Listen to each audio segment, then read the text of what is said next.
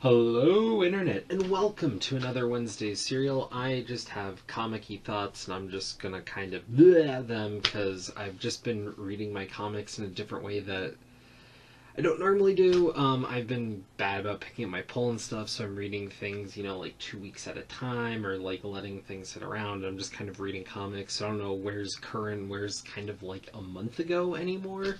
I'm just kind of enjoying my comics in a different way because the whole thing just hasn't been working for me lately. So, yeah, I've dropped a lot of comics because the weekly thing isn't working for me.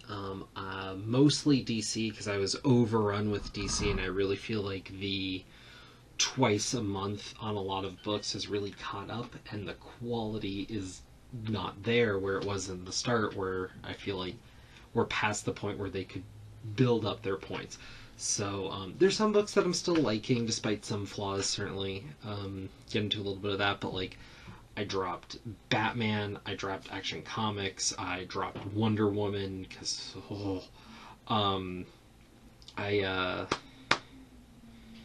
also dropped Island finally because I've barely even read it for a while now, and I dropped Motor Girl because it's Terry Moore's worst book ever, and I just got tired of feeling like I was buying him a coffee every time rather than enjoying the book in any way. And there's a few others I've dropped, and looking at some different things, but honestly, I'm still going to be picking up like 12, 13 titles a month, it looks like, so nothing, but compared to a lot of people who might bother to watch this video, less than you guys probably. But that's not to say I'm not reading comics. Like, I'm sure you guys have seen, I've been talking Marvel stuff with Sleepy Reader. We're talking Marvel 2099.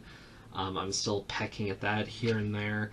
I just last night finished a volume of Sunstone, which is a great comic. I pushed myself through the first volume of... Here, let me get the first one. Blood Blockade Battlefront, just because it's Yashiro Nightingale, and I've been collecting a few of these for a while, and I just decided to sit down and actually read one of them, dang it.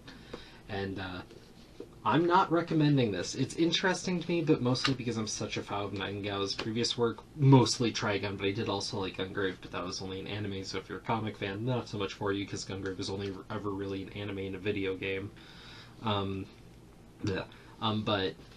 I like Nightingale's work, but this is so much more stock anime manga fare that I wouldn't recommend anyone, but I get a little bit of enjoyment out of it for myself. Yeah. Another really cool thing is my B shop, if you will, mostly because it's, almost an hour's drive away, is starting a book club. So I went to the first one of those, and we discussed WE3, and talking about that book, Grant Morrison and Quitely doing animals as kind of superheroes, but more playing with the idea, I guess. Talking with other people made me appreciate that book, which is a book I've never really liked in some different lights, just hearing different considerations and stuff, and is more the way I want to be talking about comics anyways. So I'm really appreciating that so far. Some of the thoughts on WE3 is just kind of some of the weird things in the art. Hearing about people just kind of talk about how they drew from the book and like their little experiences with animals and whatnot. And I think it was something that drew in some thought. And it's also usually a quick, dirty read, but you probably want to read it a couple times because there's some layers that aren't apparent until you finish it. So, interesting book. Our next one is going to be the first volume of Criminal, which is Coward. And I'm looking forward to talking about that, and I'm sure that will spark me to make a video there. I feel like the WE3 book didn't spark as much of a want for me to do a video just because it's such a weird little oddity. Then I kind of got into a little bit not much of a thing, but just talking with people on Twitter about Luke, Batman guy, is thinking about dropping Spider-Man, which I kind of guffawed at because Spider-Man is one of my things, you know. But he was just saying he wasn't liking and not getting as much out of it. I can totally understand different tastes, different things. But then Clouded Judgment came on and said, yeah, he just didn't think Slott had any depth in his stories. And it's been interesting for me because the last few months I feel like I've really come around and I've really started defending Slott, and people kind of putting down on Slott has made me realize how much I appreciate what he does on a much deeper level. And I didn't. I feel like between some political stuff and like stuff with Captain Cummings and stuff, I've been ready to fight. But I don't feel like I went down too hard on Clouded Judgment. I just said mostly like, hey man, if you don't like Slott, fine, you know, taste, whatever. But to say that there's nothing going on in those books is just untrue. Because that's part of the reason I like it. Like, Spider-Man is the soap opera. There's all these different levels going on. And the last few arcs have made me really realize that, like, Slott's doing some crazy stuff. And he's taking risks. And what I just kind of realized was, out of all the writers in the big two playing with the big properties, he's the only one that's really being ballsy. Like, he's taking risks in those stories. He's doing things I don't think any other writer is willing to do. I mean, the Clone Conspiracy was just so over the top, like, holy crap, that it made me realize some of the other things that I thought was kind of stupid. I was like, I think he's just trying it on to see where you can take Spider-Man playing with that character and those characters in different lights. So, like, the idea of making Spider-Man a millionaire is, I mean, so much of the core of Spider-Man, when people talk about classic Spider-Man, he has to be down on his luck, a photographer, and in love with some girl that he's having trouble with, but just because he's Spider-Man, he can't make his regular life work. And, oh, man, you take all of that away, and you're like, what if we gave him more than an inch? What if we gave him the world? Like, what would Spider-Man do if he had access? And it is kind of Spider-Man is Iron Man, and they definitely were playing with that because they realized that connection. But at the same time, Peter Parker is not Tony Stark, and they also play with that in different ways. And once I kind of made that connection, it made me realize what Dan Slott's doing with Spider-Man, I think, is going to be more important to Spider-Man. And with the way the movies are kind of taking over perception and people are looking to media more and more and less to the comics for the characters, Dan Slott, for the foreseeable future, might be the last great, daring Spider-Man writer, at least. And so I'm willing to go along for the ride now for as long as he's on it, because looking back, I can see why some people thought Claremont with X-Men was going, like, off the rails and totally crazy, and that X-Men Forever was his total, like, go crazy playpen in a petri dish where it wasn't playing with the proper stuff. And with the way the X-Men's been for the last, 15 years now, X-Men Forever is probably some of the best of it, because it was actually at the heart of X-Men, but playing with new ideas, not a return to basics that's just going to get reset and whatever. And speaking of which, I just saw an ad. It's a return to basics with, like, the newer, younger X-Men, and then old Wolverine on another team, and da-da-da. I'm like, this isn't a return to basics. This isn't like a play on the old classic. This is just kind of a ho-hum X-Men, and I think what they're doing is just making the teams a manageable size and maybe playing with it being not so expansive, which defeats the point of what a lot of X-Men fans want. Is they want the mutants back. They want the allegory for racism and not a small team book back. They want the social relevancy back. They want a diverse cast with characters crawling out of the woodwork that don't need much plot relevancy, but work for the story, if that makes sense. Like Callisto with the X-Men, like the Morlocks only works within the frame of the X-Men if there's kind of mutants in all corners of the world. If you just make Callisto and the Morlocks a weird other group out of the 5 groups that are mutants, it loses all its punch. The world building with the X-Men has just gone to crap. I don't see how they're going to be able to rebuild it as long as they play the company lines of stuff like the Inhumans happening at the same time, because it just mixes the metaphor and makes it overly convoluted for no good reason. And I'd love to hear a defense of the Inhumans as a concept in the comics right now, and if someone knows that, please let me know. But yeah, I don't know. But anyways, back to Spider-Man, because there's something I saw in it that really grabbed me recently. So at the end of the Clone Conspiracy, I just want to point you to this one comic. I'm going to try to not spoil anything.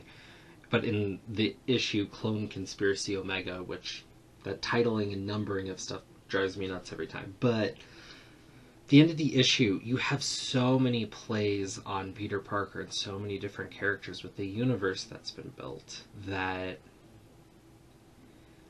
we see something we don't normally see in a Spider-Man comic. And especially because Dan Slott's run over the past several years now has mostly been marked by these in-Spider-Book events. Spider Island, Spider-Verse, now the Clone Conspiracy.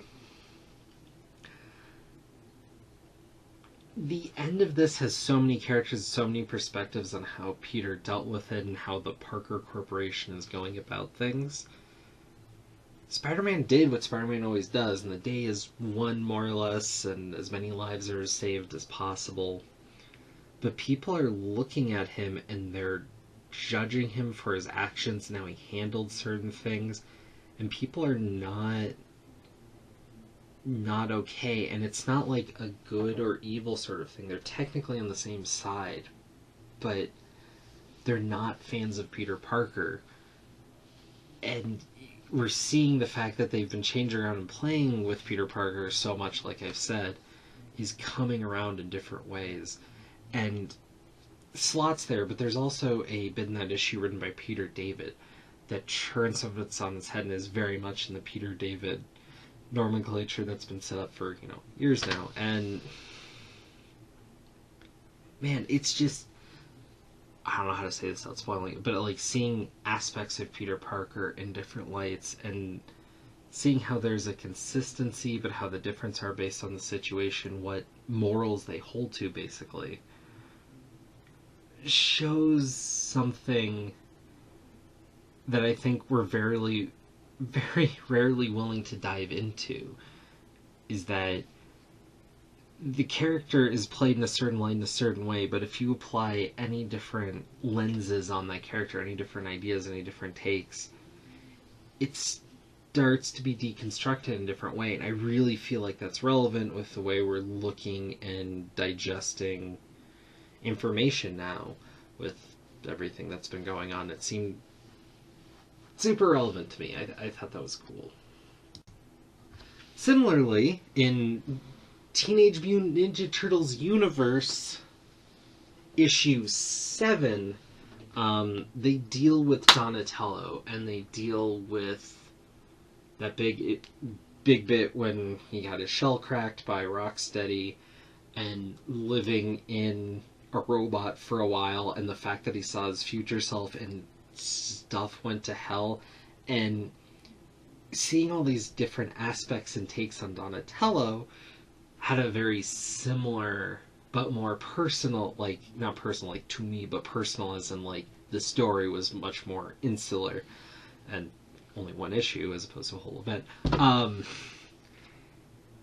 But it made me realize Donatello, one of my favorite characters, and the way I've always thought of him amongst the Turtles is like he's the one that's dealing with the technology and stuff, right? Donatello does machines, but he's the one that brings the sci-fi elements to the Ninja Turtles. But something that's always been funny about the Ninja Turtles that they're starting to play on too in this series is that the whole idea of them being ninjas means they're kind of not good guys, because all ninjas do is learn to kill. There's sometimes, in some senses, a sense of honor or duty or whatnot, but they're trained killers, essentially. Or trained fighters, at least. And then you have Donatello, who is inches from being a mad scientist, and playing with that idea and showing that it's just a little moral reservation and a little perspective and, you know, good vibes, man, and characters like Michelangelo that keep him balanced, that keep him there in a certain way. It's just kind of like the fiber of who he is versus what he's capable of that makes him and what he does good-natured as opposed to, like, psychotic. And man, I just, that's the sort of stuff that I'm just like, oh my god, I've been reading this character since I was like 8, and I've never thought of it this way. And whoa. I mean, the Spider-Man book and the Turtles book keep blowing my mind. That's part of the reason why, like, these are books that I'm not giving up when I'm giving up a ton of books, because I'm not seeing anything out of it.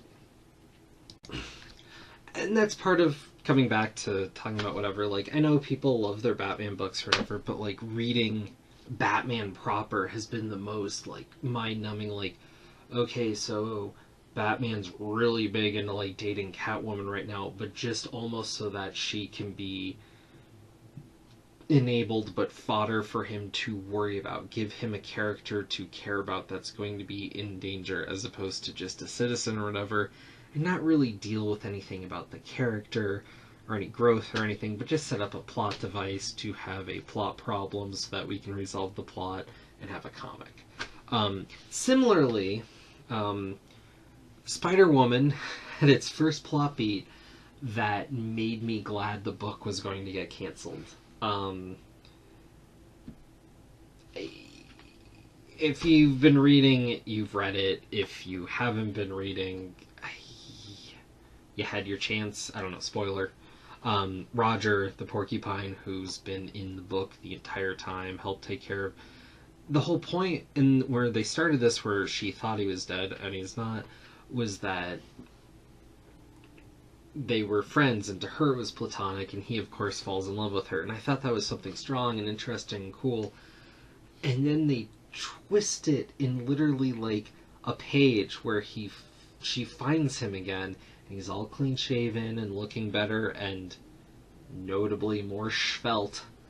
And she just falls for him and kisses, and then literally the next page he gets snatched up and embroiled in the plot they're dealing with.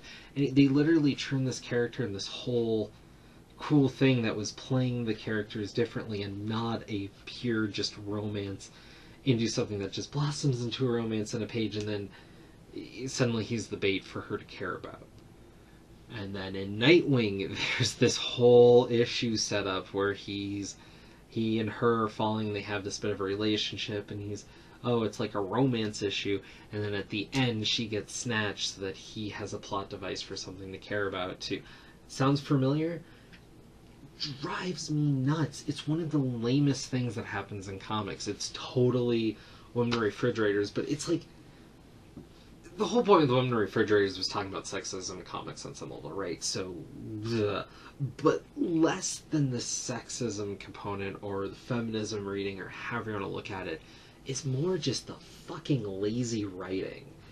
It's just so annoying and predictable, and it makes the relationship unearned, and it makes the whole thing feel cheap, and it's like, why even love, man? And it defeats the point, and defeats the impact that previous relationships and stuff like the death of Gwen Stacy actually had, because there was some shock to it, because there was years of build-up where they weren't even thinking of doing anything like that. Like, Gwen was the kind of semi-annoying girlfriend in the background who Peter had problems to deal with to keep happy, because shocks women. But it was a different thing, and then the idea to, like, embroil her in this, and then to have her ultimately die because of his misstep to let her be so involved in his life when this was going on.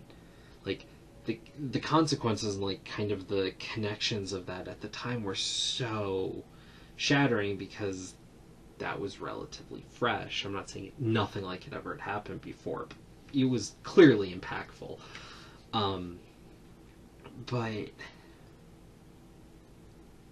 oh man, but to just set up these cheap relationships and then get him snatched up or killed, it's like, man, if you bang the wrong person, some supervillain's going to come and kill you. Like, actually, playing it like that would be a more interesting story, because then you have a different angle, and I don't know.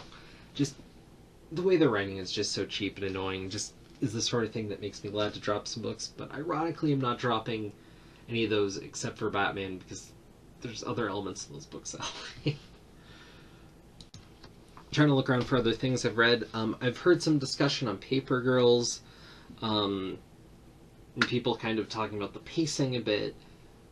Paper Girls is an interesting book, and it's kind of gone from weird 80s movie where these girls are just talking about being paper girls and some stuff shows up to now they're like on a different planet, whatever.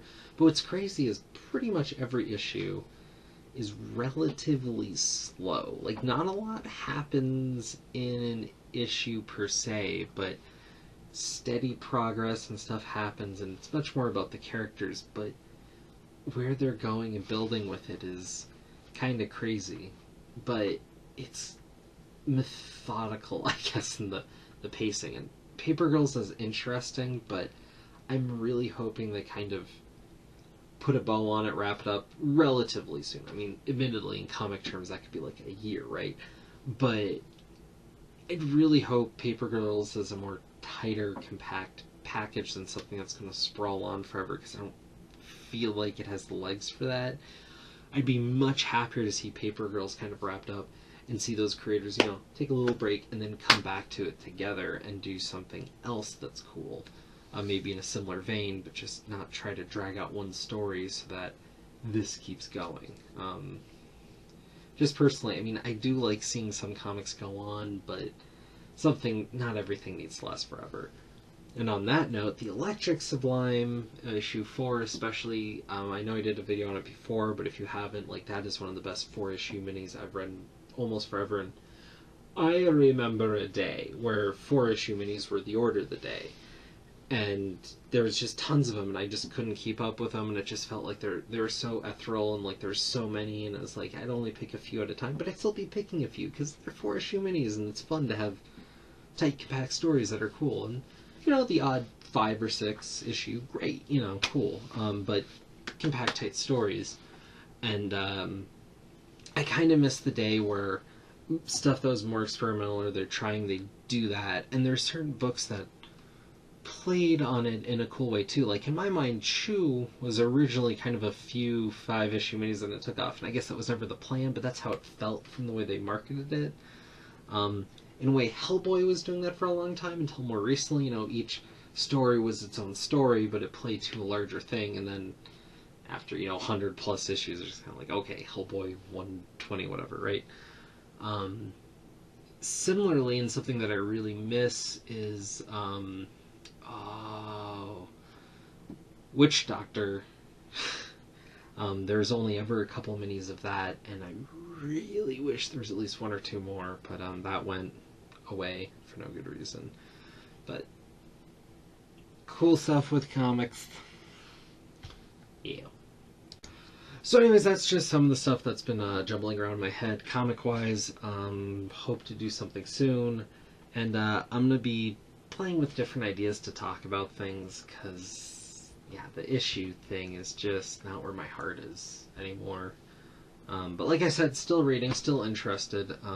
So yeah. See y'all soon. Talk comics. Peace. Bye.